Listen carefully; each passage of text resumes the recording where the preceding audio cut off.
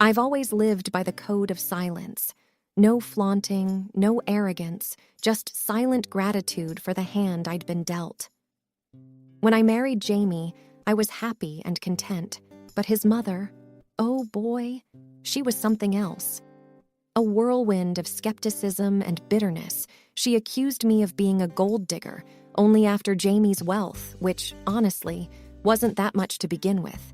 Little did she know about my $1,000,000 secret. We met at a cozy little coffee shop. He, with his warm smile and nervous energy, me, buried in my books and black coffee. "Can I buy you a coffee?" he asked, flashing a bashful smile. I'm Jamie. That's how it all began. An innocent offer transforming into a beautiful journey. He proposed 2 years later, in the same coffee shop, with the same bashful smile. I said yes with tears in my eyes, and we danced under the stars, feeling like the only people in the world. However, our happiness had a shadow. Jamie's mother, Mrs. Thompson, never liked me. She was convinced I was after his money, whispering snide comments whenever she thought I couldn't hear, raising her eyebrows at our love. "I've seen your kind before, preying on unsuspecting, kind souls," she'd hiss.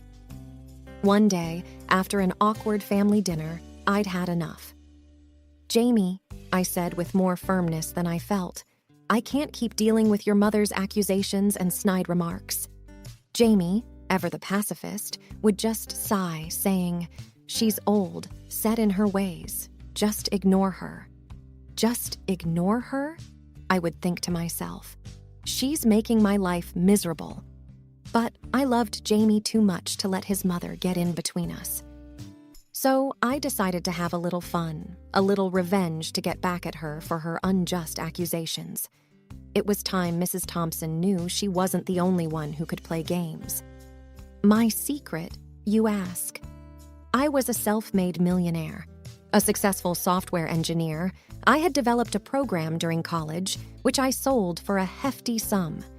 The money was in a separate account, a detail I chose not to share with Jamie or his family, wanting to be loved for who I was, not for my bank balance. So, I hatched a plan. I decided to act like the gold digger Mrs. Thompson accused me of being. I splurged on lavish gifts, extravagant holidays, and 5-star restaurants, all on Jamie's moderate salary. We were living the high life, or so it seemed. Jamie was confused but delighted, thinking we were spending my savings. Mrs. Thompson's sneers grew more pronounced, her comments more acidic. "I knew it! She's spending all your money!" she would sneer at Jamie. "You'll be left with nothing, mark my words." Jamie was bewildered, worried, but I would always reassure him, "Don't worry, I have it all under control." All the while, I secretly replaced every penny spent from my own account, ensuring Jamie's financial security was never compromised. Mrs. Thompson grew more furious, her accusations more frequent. Her suspicions were seemingly confirmed, and she was more than happy to tell the whole world about her gold-digging daughter-in-law. One day, she sat us down, her face a mask of seriousness, and said, "Jamie, I cannot sit back and watch her ruin you. I am cutting you off. You will not receive a penny more from me. Let's see how she stays with you when the money runs out." Jamie was a mix of confusion, anger, and embarrassment, his face turning various shades of red. "Mom, how can you say such things?" he stammered. "She loves me." "Oh, really?" she replied, eyebrows raised. "Let's see how long she stays when the money is gone." The stage was set. My seemingly frivolous spending continued, and Jamie's anxiety was reaching a peak. "What if we run out of money? What will we do?" he'd whisper at night, his voice laced with worry. "Trust me," I would say, squeezing his hand. "Everything will be all right." My secret was still safe, and the time to reveal it was drawing closer. Mrs. Thompson was in for the shock of her life. I could hardly wait. I spent days meticulously planning the grand reveal, my heart racing every time I thought about the look on Mrs. Thompson's face when she would find out the truth. She thinks she can ruin my happiness? I'd think to myself. Let's see who has the last laugh. I went on, more audacious in my spending, more theatrical in my display of wealth. Expensive gifts for Jamie, designer dresses, and ostentatious parties. I spared no expense in portraying the image of the reckless spender, the gold digger Mrs. Thompson believed me to be. One evening, as Jamie and I hosted a lavish party, Mrs. Thompson confronted me, her face red with anger. "You are ruining my son, you worthless gold digger," she hissed, her voice quivering with rage. I smiled sweetly, responding with feigned innocence. "I'm just enjoying the wealth your son provides me. Isn't that what you've been saying all along?" The fire in her eyes intensified, but she said nothing, her lips pressed into a thin line. Poor Jamie was caught in the middle, torn between the love for his mother and his love for me. "I can't take it anymore," he confessed one night, tears streaming down his face. "I can't be in the middle, torn between the two most important women in my life." That was the turning point. Seeing him so broken, so helpless, I knew it was time to put an end to this game. "Jamie," I said, my voice soft, "it's time you knew the truth." "What truth?" he asked, wiping away his tears, his eyes red and swollen. "The truth about my wealth," I replied, reaching out to hold his hand. "I am a millionaire, Jamie.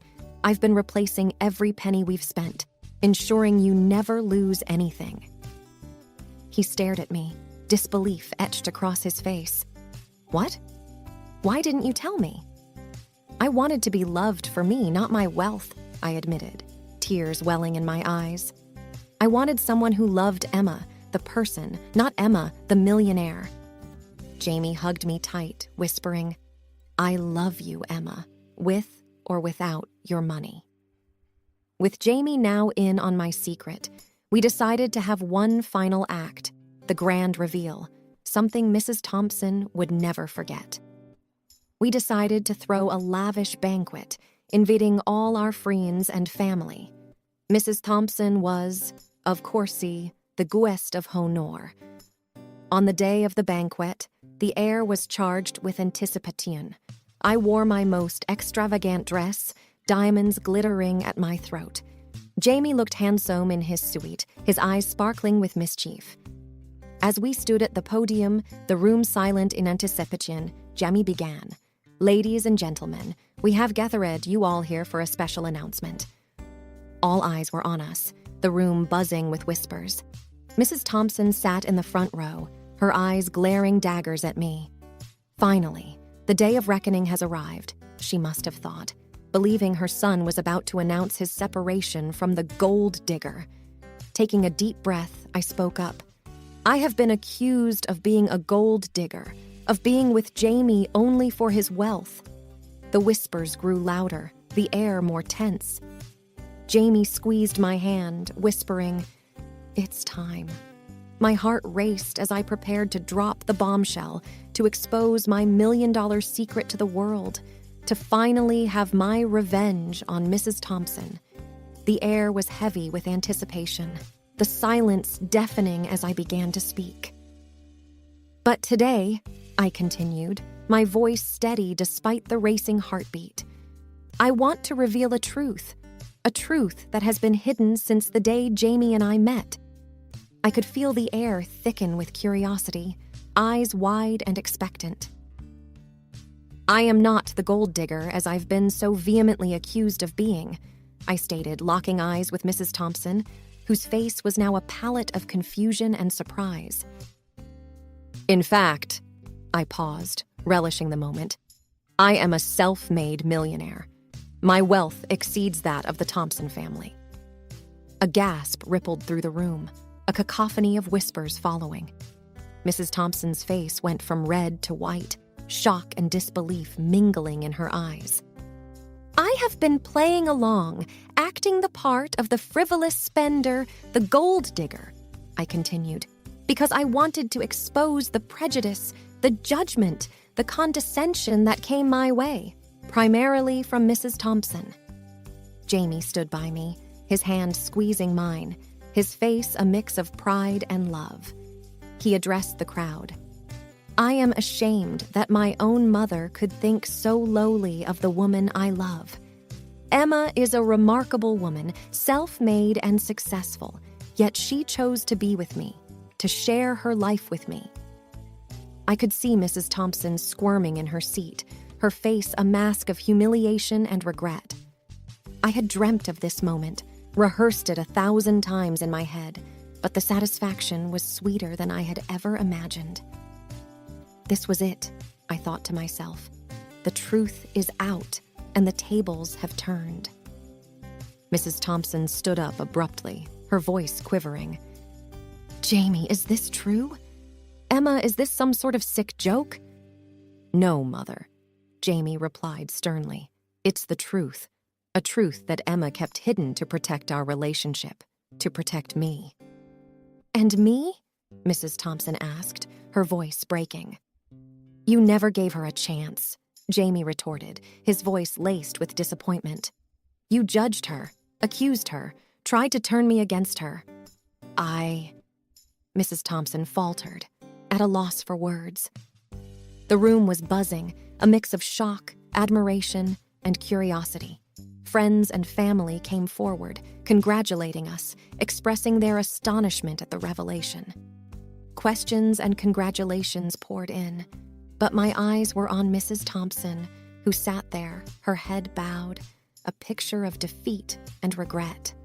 I walked over to her, my heart heavy with mixed emotions. Mrs. Thompson, I began, my voice soft. I never wanted to hurt you. I just wanted to be accepted for who I am, not for my wealth or lack thereof. She looked up, tears brimming in her eyes. I am sorry, Emma. I was wrong about you. Her voice broke, the words barely a whisper. It was a moment of triumph, but it was also a moment of reconciliation. I had proven my point, had my revenge, but it was time to mend fences, to build a relationship that had been tarnished by prejudice and accusations. I hope we can start anew, Mrs. Thompson, I said, extending my hand towards her. Not as enemies, but as family. She took my hand, her grip firm, her eyes filled with tears. I would like that very much, Emma. The festivities continued, laughter and joy enveloping the room. But my mind was elsewhere. The revelation had sent shockwaves through the assembly, leaving a mix of admiration and awkwardness in its wake. I found myself surrounded by a throng of well-wishers, their praises and congratulations echoing in my ears. But my thoughts were with Mrs. Thompson, with the newfound truce, the possibility of a fresh start. As the night wound down, Jamie and I stole a quiet moment together, away from the prying eyes and incessant chatter. He wrapped his arms around me, his eyes searching mine. Emma, I am so proud of you, but I can't help but feel a pang of guilt. Guilty? Why? I questioned, my eyebrows knitted in confusion. I never stood up for you, never defended you against my mother's accusations. I let her tarnish your image, question your intentions, he confessed, his voice laden with remorse. You did what you thought was right, Jamie, I reassured him, my hand gently caressing his cheek. You tried to keep the peace, maintain a balance between the two most important women in your life. It doesn't justify my silence, my complacency, he argued, his gaze unwavering. I should have been your pillar, your defender. You were my strength, my support, I reminded him, my voice tinged with emotion. You believed in me, trusted me, and loved me unconditionally. That's all I ever needed.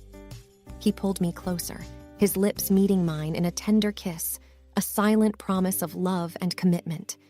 But reality soon intruded, pulling us back to the whirlwind of celebrations, to the myriad questions and curious glances. How did you amass such wealth? Why did you hide your fortune? The queries were relentless, the fascination unabated. I made smart investments, I replied, maintaining a facade of nonchalance.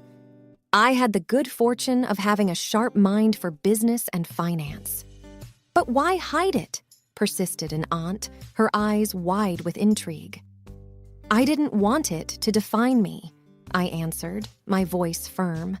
I wanted to be loved for who I am, not for my bank balance. The respect in their eyes was evident, the admiration palpable. Mrs. Thompson, meanwhile, watched from afar, her face a canvas of conflicting emotions. I could see the regret in her eyes, the realization of her misguided judgments, her misplaced accusations. I never meant to demean her, I thought, my heart aching for the pain I had caused. I just wanted her to see me, the real me, without the shadow of wealth and privilege. As the celebrations drew to a close and the guests started to depart, a sense of tranquility settled over me. The storm had passed, leaving behind a rainbow of possibilities, a horizon of new beginnings. Mrs. Thompson approached us, her steps hesitant, her eyes moist. "Emma, Jamie, can we talk?" she requested, her voice laced with vulnerability. We sat down, the silence thick with unsaid words, unvoiced emotions. "Emma, I want to apologize," she began, her voice trembling. "I was wrong, so horribly wrong about you. I judged you, berated you, all based on my own prejudices and insecurities," she continued, tears streaming down her cheeks. "I let my fear of losing my son cloud my judgment, taint my perception. I am sorry, Emma," she apologized, her gaze locked onto mine, pleading for forgiveness. "I hope you can find it in your heart to forgive an old woman's foolishness." "I have already forgiven you, Mrs. Thompson," I replied, my hand reaching out to hold hers. "I only hope we can move past this, build a relationship based on trust and respect." "I would like that, Emma," she responded, her grip tightening on my hand. "I would like to get to know the remarkable woman my son has chosen to spend his life with." The journey had been long, the road fraught with obstacles and heartache, but the destination was worth every step, every tear. I had sought revenge, yearned for vindication, but in the end, I found something much more valuable, much more enduring: acceptance, understanding, and the promise of a new beginning. The air the next day was different, lighter, like the weight of years of misunderstandings and accusations had been lifted. The sun seemed to shine a little brighter, the birds sang a little sweeter, and the world felt anew, ripe with the promise of redemption. As Jamie and I walked through the garden, hand in hand, the atmosphere was tinged with a newfound sense of harmony, a symbiosis of souls. "Emma, do you think my mother will change?" Jamie pondered, a hint of uncertainty in his voice. "I believe people can change," I mused, my gaze fixed on the horizon, especially when they realize the error of their ways. A flicker of hope danced in Jamie's eyes, a silent prayer for reconciliation, for healing. "I hope we can become a family, a real family," he whispered, his voice tinged with longing. "I hope so too," I agreed, squeezing his hand reassuringly. "But it will take time, effort, and a lot of patience." Days turned into weeks, and weeks into months. The path to reconciliation was slow, laden with hurdles and setbacks. But the commitment was unwavering, the resolve unbroken. Mrs. Thompson was genuinely trying to mend her ways, to build bridges and heal wounds. We spent more time together, learned about each other, shared stories and experiences. I saw the vulnerability behind her stern facade, the fear of loneliness, of abandonment. She saw my love for Jamie, my dreams and aspirations, the essence of who I am. "I am starting to understand why Jamie loves you so much," Mrs. Thompson confided one day, a smile playing on her lips. "You are a remarkable young woman, Emma." And I am starting to see the loving, caring mother behind the formidable matriarch, I replied, my heart swelling with hope. There were awkward moments, uncomfortable silences, but the ice was breaking, the walls crumbling. We were learning to see each other not as adversaries, but as allies, as family. I never thought I'd say this, but I am glad you are a part of our lives, Emma, Mrs. Thompson admitted one evening, her eyes moist with unshed tears. I am glad to be here, to be a part of this family, I responded, a warmth spreading through my soul. Jamie watched the unfolding camaraderie with a mixture of disbelief and joy, his heart dancing to the rhythm of newfound connections, of love and acceptance. I never thought I'd see the day when you two would sit together, laugh together, he marveled, his eyes shining with happiness. It's a testament to the power of love, of forgiveness, I said, my hand entwined with his. I am proud of you both, he declared, his voice thick with emotion.